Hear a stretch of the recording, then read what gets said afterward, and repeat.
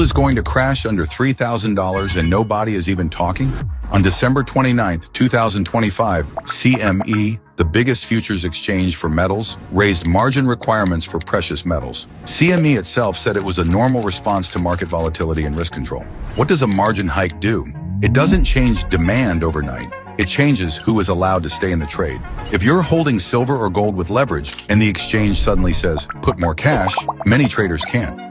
So they're forced to reduce positions. That's forced selling. And that's why silver dropped sharply that day, reported around 8% to 11%, depending on the market and contract. But why it happened? So there is a bigger background story too. The US and China compete for financial influence. The world's largest economy, the United States, wants the prices of metals, including gold and silver, to fall.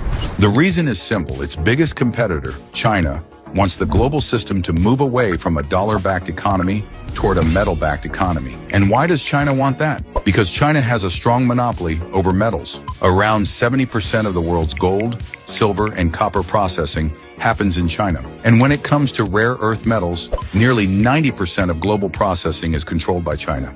So what problem does this create for the US? The foundation of US economic supremacy is built on US bonds, the US equity market, and the global liquidity and acceptability of the US dollar. Now imagine if large institutions and central banks around the world start parking most of their money in gold and silver instead. What happens then? Demand for US bonds would fall, money would flow out of US equity markets, and the dominance of the dollar would begin to weaken. That is exactly why the US wants metal prices to come down. And to do this, it has brought back its tried and tested weapon,